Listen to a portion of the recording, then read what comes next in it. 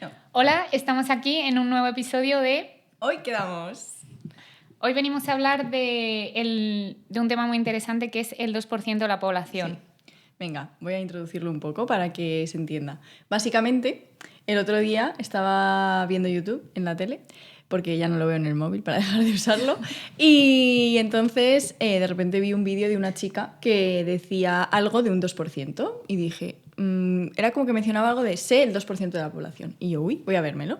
Y entonces básicamente en este vídeo la chica hacía referencia a un hombre que se llama Michael Easter. Entonces, este hombre... básicamente tuvo una época en su vida un poco crítica en la que bebía mucho y no estaba motivado en general con su vida, ni con su trabajo, ni pues, en el resto de los aspectos de su vida. Y entonces bebía mucho alcohol y decidió que si seguía ese estilo de vida iba a perder el trabajo y podía llegar incluso a morir joven. Entonces dijo, venga, voy a dejar de beber. Y cuando dejó de beber, se dio cuenta de que hay muchas otras comodidades que le rodeaban en la vida que le adormecían. Como pues, por ejemplo, puede ser pedir comida a domicilio, usar el móvil para evitar el aburrimiento, tener streaming que hace que puedas verlo todo cuando quieras sin tener que esperar como antes a la peli a las 3 de la tarde, que lo puedes ver en cualquier momento. Y entonces dijo, pues me voy a ir a Alaska 33 días a un viaje para vivir de la caza, para estar en un entorno muy hostil y ver cómo me afecta perder esas comodidades del día a día. ¿Vale? Y nada, y entonces pues cuando volvió, básicamente escribió un libro que se llama La crisis del confort. Y mientras escribía este libro se topó con un dato, que es que solo el 2% de la gente coge las escaleras frente a las escaleras mecánicas si hay la opción. Y él básicamente lo extrapolaba a muchos otros ámbitos, ¿vale? Al final no queremos solo quedarnos en que obviamente el 2% es de las escaleras, no hablamos de ese dato específico, sino de cómo todos en esta sociedad moderna en la que vivimos estamos rodeados de comodidades y casi nuestro mundo está diseñado para que la opción más conveniente siempre sea la más cómoda. El camino más fácil. Justo. O sea, por ejemplo, en el supermercado siempre tienes a la vista los productos más cómodos. Todo se te hace... Ordenado por categorías. Justo, el autoplay de Netflix. Es como que ni siquiera tienes que darle al botón para ver el siguiente episodio. Es como Exacto. que te meten en ese bucle en el que... Sí, omitir introducción. Justo, exacto. Es como no tienes que sufrir. Si no quieres ver... Sabemos lo que piensas ya y te lo ponemos al alcance para que... Exacto. Lo puedas evitar si quieres y hacértelo todo más fácil. Justo, que no sufras en ningún momento, que no te aburras, que estés todo el rato estimulado o todo el rato tranquilo, sin sufrir, ¿no? Sí, que al final eso te das cuenta que ya hay alguien pensando por ti antes de tú tomar decisiones. Justo. Todo. Y bueno, y ahora ya también pues todo con la inteligencia artificial, cómo te van poniendo todo lo que quieres ver, que en realidad no es lo que quieres ver, es lo que alguien ha decidido que tú quieres ver. Exacto. Pero bueno, por no separarnos mucho de ese tema, que a lo mejor es otro diferente, volviendo al libro, él escribe este libro de La crisis del confort y saca 3 ideas principales, ¿no? Que es la comodidad del día a día nos hace menos resilientes y menos preparados para esforzarnos. También habla de cómo un cierto nivel de estrés es necesario en la vida. No sé qué opinas tú de esto. Opino bien. Estoy de acuerdo porque al final cuando estás tranquilo, no tienes, o sea, todo lo tienes hecho, tú fluyes. Estar ese tono de alerta te hace intentar mejorar, estar pendiente de qué puedes hacer. Por ejemplo, yo lo achaco cuando estudiábamos o estudiamos, tú si estudias por tu cuenta, a lo mejor dices, hoy tenía que estudiarme un tema, pero no.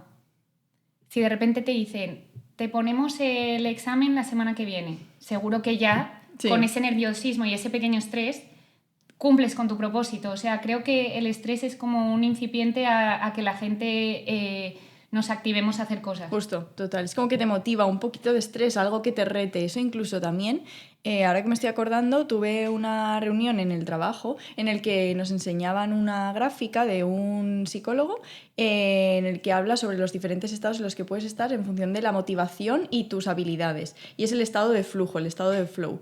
Entonces, en ese estado, básicamente es cuando algo te reta, pero tienes las capacidades o las habilidades necesarias para hacerlo. Entonces estás en ese estado perfecto en el que te sientes como que esa tarea te está demandando algo, pero te gusta mucho. Eso es perfecto. Entonces, ese es el estado a lo mejor de estrés bueno, que no es que estés estresado que te genera angustia, sino que sabes que te cuesta un poco, que demanda algo de ti y dices, me encanta. Exacto. Porque no te aburres haciendo la tarea. Claro. Al final, que algo exija algo de ti hace que estemos intentando mejorar y que no nos quedemos en esa comodidad que decía este hombre. Sí, que crezcas como persona, que evoluciones un poco. Salir de tu zona de confort. Uh-huh. Y luego el tercer punto que me llamó mucho la atención es que el aburrimiento es necesario. Sí, estoy de acuerdo. Porque al final el aburrimiento hace que también, como estábamos hablando, salgamos a buscar pues, opciones creativas, a pues, intentar matar ese aburrimiento. Lo que pasa es que cuando estamos todo el rato rodeados de algo que nos puede entretener, como es las redes sociales, el móvil, cualquier cosa, no nos aburrimos y como no nos aburrimos no nos da tiempo a pensar en algo, o sea, pensar en... Es un poco lo que hablamos en el primer episodio, que como estamos todo el rato ocupados, no nos paramos a pensar sobre nuestra vida. Y el aburrimiento al final fomenta mucho la creatividad, el que tú estés pensando en tu cabeza y que digas, ay, bueno, se me había ocurrido hacer esto, voy a probarlo. A ver, yo pienso que al final el aburrimiento es el estado donde estás con tu mente. O sea, es un espacio que si lo aprovechas bien, puede ser el momento en el que estés contigo mismo porque no tienes otra cosa que hacer, por eso te aburres. Y crear ese espacio y exprimirlo y aprovecharlo para parar, a lo mejor escribir las cosas que quieres. Una vez escritas ya, otra vez que te aburres, las lees y te pones a hacerlo. Me parece algo fundamental que hoy en día pues cada vez está decreciendo. Sí. O sea, y además, eso que has dicho es que me ha acordado o sea, me recuerda perfectamente a una cosa que me lleva pasando unas semanas, y es que tengo una lista de tareas que digo, vale, tengo que hacer esto sí o sí. Pero como llego a casa y empiezo a, pues eso, ver un vídeo, hacer no sé qué, hacer no sé cuántos, no me acuerdo de que me había dicho a mí misma que tenía que hacer eso, porque no he tenido un momento de pararme y decir, puf, ¿qué hago hoy? Ah, sí, sí es que tenía que hacer esto. Exacto. Es verdad que a mí me pasa que cuando estoy aburrida y no lo aprovecho, o sea, a veces por aburrimiento inconscientemente me pongo una serie o algo o cualquier cosa, luego cuando me voy a la cama estoy como... no me ha gustado el día, ¿me entiendes? Sí. Como que yo misma he hecho algo por ocupar el tiempo y luego al irme a dormir no me he sentido nada productiva, pero en el aspecto de tengo muchas cosas que hacer y que quiero hacer, pero no lo hago, no lo he hecho. ¿Por qué no? Pues porque me lo han ocupado en la mente otras cosas. ¿Qué dices? ¿Para qué he dedicado mi tiempo a hacer esto si realmente tenía pensado hacer otra cosa? Exacto. Vale, pues nada, entonces un poco volviendo, o sea, él escribe este libro, saca estas conclusiones principales y mientras escribe e investiga se encuentra con este dato. Y entonces hay un artículo en el que él habla de ser un 2% de la sociedad y también lo relaciona mucho con los propósitos con los propósitos de Año Nuevo, que son como estos actos heroicos que queremos hacer porque hemos pasado del 31 de diciembre al 1 de enero, como puede ser, por ejemplo, voy a ir 5 días a la semana al gimnasio. Sí, como a lo mejor objetivos algo extremos, sí. ¿No? Del 0 al 100. Exacto. Y que dice que él investigando, bueno, en este artículo se puede ver exactamente qué cosas menciona, pero que a lo mejor en el día a día tomar esa decisión más difícil hace que tenga en la salud un impacto mucho más grande que a lo mejor decir voy a correr 2 veces a la semana 20 kilómetros. Yeah. Porque al final la decisión de, vale, pues en vez de ir por coger el ascensor voy a ir por las escaleras y cuando haga la compra en vez de llevarlo en el carrito lo voy a llevar en las manos y en el trabajo en vez de estar todo el rato sentados voy a estar intentando moverme un poco. Todo eso al final a lo mejor quema muchas más calorías que tú seas una persona sedentaria durante toda tu semana pero que 1 hora al día vayas al gimnasio. Hagas el esfuerzo extremo. Justo. Entonces pues habla un poco sobre cómo también para poder comprometernos o seguir con esos objetivos que nos hemos puesto, es mejor que no supongan un cambio muy grande con respecto a nuestra rutina del día a día, sino que elijamos cosas pequeñas que al final nos van a transformar en otra persona. Ser porque también cuando transformas ese hábito en tu personalidad es mucho más difícil que lo dejes atrás. O sea, como que lo adhieres a ti. Sí, si tú te dices, yo soy la típica, soy la persona que coge las escaleras siempre que están, que en vez de coger las escaleras mecánicas. Si eso lo transformas en parte de tu personalidad, es mucho más difícil que luego no lo cumplas. Claro. Porque son pequeñas cosas. Sí, nada, o sea, esto a lo mejor, por ejemplo, si tú te propones comer menos azúcares, imagínate, y en el postre o en el desayuno, en vez de tomarte un yogur o una pieza de bollería, dices, venga, a partir de ahora, en vez de dejar de comer todo y tal, en el desayuno voy a incluir una pieza de fruta. Exacto. Cuando ya empiezas a comerla, ya llega un momento que dices, es que esto ya es mi menú. O sea, ya Exacto. es mío. Y también elegirlo, o sea, ser conscientes de que estás eligiendo la opción cómoda. O sea, es decir, tú abres tu nevera y ves la pieza de fruta o el chocolate, lo más normal es que la opción cómoda, ese 98%, sea coger el chocolate, pero que el 2% sea, venga, voy a coger la fruta porque sé que a la larga esto va a ser mejor para mí. Entonces, conscientemente, exacto, tomar esas decisiones pequeñas en el día a día. Claro, o sea, la diferencia es hacerlo conscientemente. Exacto. O sea, hacer la elección difícil sabiendo que tiene un beneficio para ti no instantáneo, pero que es lo bueno. Justo, exacto. Ese es como el resumen de toda esta teoría. Entonces, quería un poco también lanzar la pregunta de, porque obviamente nosotras estamos hablando de este 2%, pero no somos el 2% de la población. En muchas cosas no. Somos el 98%. Pero sí que quería, antes de pasar ese 98%, preguntarte, ¿cuál fue la última vez en la que, o alguna vez en la que hayas elegido el camino más difícil? Vale. Pues a ver, yo, por ejemplo, uno de los propósitos de este año para mí era dejar de fumar. Uh-huh. Entonces, yo me acuerdo que, por ejemplo, cuando tenía ganas, le decía a mi madre conscientemente, por favor, guárdame esto.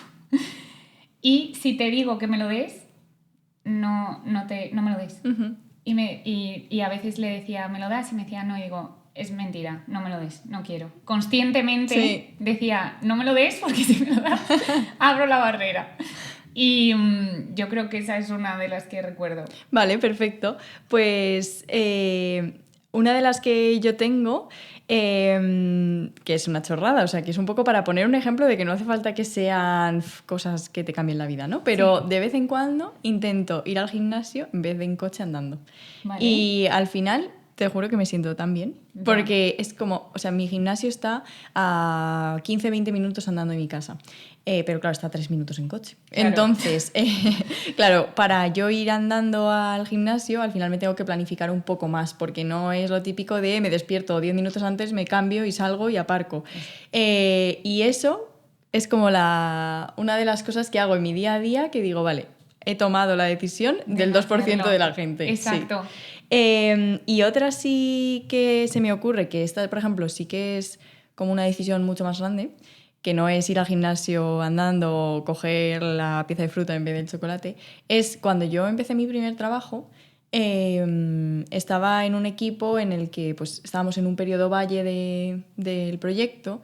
Y claro, yo acababa de empezar a trabajar, acababa de salir de la universidad y entonces donde me veía era en un entorno laboral en el que como no nos permitían seguir desarrollando nuestro producto porque era lo que se había decidido como empresa, no podíamos, o sea, no teníamos mucho trabajo en el día a día. Vale. Y al final pues lo que hacíamos era sí, hacer mejoras, hacer un poco lo que nos permitían, pero luego era pues vete a tomar un café 3 veces al día de 1 hora y luego comes y tal y hablamos y entonces yo creo que tomé la decisión difícil que fue, yo puedo quedarme aquí y estar muy cómoda porque me pagan y en realidad trabajo de 8 horas, 4 Exacto. al día.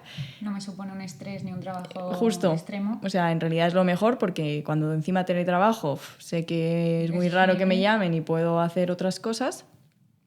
Y yo tomé la decisión de irme de ahí porque eso no me estaba retando. Exacto. Y que era el momento de acabo de salir de la universidad y quiero aprender. Y quiero, no sé, quiero tener un poco de estrés, quiero que se me exija. Y tomé esa decisión que creo que no a lo mejor es la más popular, o sea, creo que mucha gente también hubiese tomado esa decisión porque... Pero otra mucha hubiese alargado ahí. Exacto, hubiese dicho, bueno, pues... La comodidad y la conformidad. Justo. Entonces esa es una de las decisiones que yo he tomado en mi vida, que ha sido una vez y ya está, porque no es una cosa que tomes todos los días, dejar tu trabajo y ya está, pero que sí que creo que representa ese 2% de tomar la decisión más incómoda. Me gusta, porque pienso que en el fondo todos hay puntos de nuestra vida que nos gusta ser ese 2%. Sí. Y nos hace bien, ¿sabes? Sin obsesionarse, obviamente, de siempre tengo que subir por las escaleras y no las escaleras mecánicas, pero creo que si quieres un objetivo y para cumplirlo tienes que tomar la decisión incómoda, cuando la has cumplido en contra de tu voluntad, siendo consciente de que eso es más difícil, es como gratificante. Sí. Y otra cosa que decía la chica esta en este vídeo de YouTube es que estas decisiones pequeñas suelen ser cosas que no compartes con la gente, porque tú obviamente con la gente no dices, hoy he subido las escaleras en vez de las escaleras mecánicas, es como, ok, ¿sabes? No te he preguntado. Claro, y que al no compartirlo, dicen que cuando tú compartes tus propósitos es como que tu cerebro, hay una parte que piensa que ya los ha conseguido, porque ya los has compartido, aunque sea, por ejemplo, este año quiero dejar de fumar. Como ya lo has dicho, es como que tu cerebro dice, ya lo hemos hecho. Pero como estos pequeños objetivos no los sueles compartir porque son muy pequeños, no, hoy me he comido una fruta. Vale. Pues al final hacen que tú sigas, o sea, como que tu cerebro te siga diciendo, todavía no lo has cumplido. Sigue. Vale. Y eso lo mencionaba y me parecía... Interesante. Sí, interesante. Yo creía que era al revés, que cuando una vez lo decías, lo dabas por hecho y ya te estancabas ahí. En el aspecto de, ya no fumo. Entonces ya estás oyéndote decir, ya no fumo, no soy fumadora. ¿Sabes? Puede ser, o sea, puede ser que a lo mejor es una cosa más de a ti mismo, que cuando tú te lo dices a ti mismo es como que estás cambiando tu cerebro y como que te estás autoconvenciendo, como lo que dicen de fake it till you make it, o sea, exacto. Pero creo que esto es más de voy a aprender italiano y como ya, pero yo no me digo a mí misma, eres una persona que habla italiano. Ya, vale. Yo creo que es un poco relacionado con eso. Y ahora, pasando al otro extremo, que no queremos decir que nosotras seamos aquí unas tías que nunca se dejan llevar por la comodidad. Exacto. ¿Cuándo has sido parte, o en qué cosas de tu día a día eres parte del 98% de la población? Jolín, yo creo. Muy a mi pesar, soy muy 98%. Pues a ver, yo creo que... soy bastante 98%. Por ejemplo, bajo al metro y en el metro está literalmente a 2 minutos en coche, 10 andando. Pues muchas veces es en plan, alguien me recoge. Ya. ¿Puedo bajar el coche? Soy muy 98% en eso. O sea, me cuesta. Sí, es que es un poco lo mismo que lo mío en el gimnasio. Es como que lo ves tan fácil coger el coche que dices, se te hacen 10 minutos eternos. Cuando tú, si estás en Madrid tomándote algo con tus amigas y tienes que ir 10 minutos de un bar a otro, lo haces sin problemas. Exacto. Sin problemas. Sí, yo creo que en mi día a día me pasa que en vez de leer, cojo el móvil y eso es súper del 98%. Pero lo hago, además es una cosa muy curiosa porque yo me autoconvenzo de que leer no es una cosa productiva. O sea, no sé cómo funciona mi cerebro, ¿vale? Que yo llego a casa y digo, podrías leer. Y me digo a mí misma, pero vas a leer toda la tarde, podrías hacer cosas mejores. ¿Qué hago? Estar con el móvil. Y digo, ¿cómo puede ser eso mejor que haber leído? Es que también hacemos cosas conscientemente mal. Pero o sea, quiero decir, tú sabes que podrías hacer otra cosa, pero eliges... Exacto. ¿Sabes? Sí. O sea, igual que el 2% conscientemente lo haces, coges la más difícil, muchas hacemos conscientemente la fácil. Hombre, vamos. Mayoritariamente. Sí. Y ya para ir cerrando... me gustaría que nos comprometiésemos a hacer algo esta semana que nos convierta en el 2% de la población. Vale, me parece bien. ¿Tú qué vas a hacer? Vale, yo, para ser el 2% de la población, voy a cumplir mi racha de busu en italiano. Vale, muy bien. Porque al final, cuando me pongo con el móvil, muchas veces acabo metiéndome en Pinterest en vez de meterme en busu.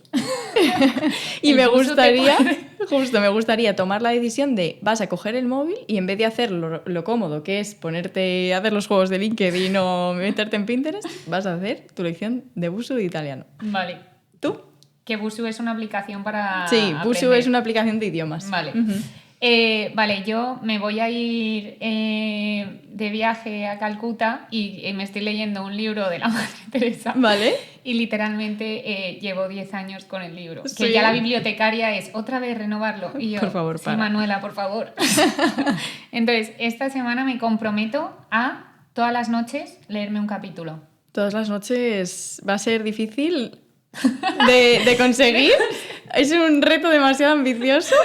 Venga, bájatelo un poquito. Yo creo que lo puedo conseguir. ¿Sí? ¿Eh? Pero voy a optar por empezar a leer. Vale, venga. Hasta donde me lleve. Perfecto. ¿Vale? Me parece por muy bajar bien. un poco el reto. Vale. Así que nada, espero que vosotros os planteéis cuándo sois parte del 2% y que penséis qué lección podéis tomar más difícil dejando atrás la comodidad. Lo podéis dejar por comentarios. ¡Chao! Adiós.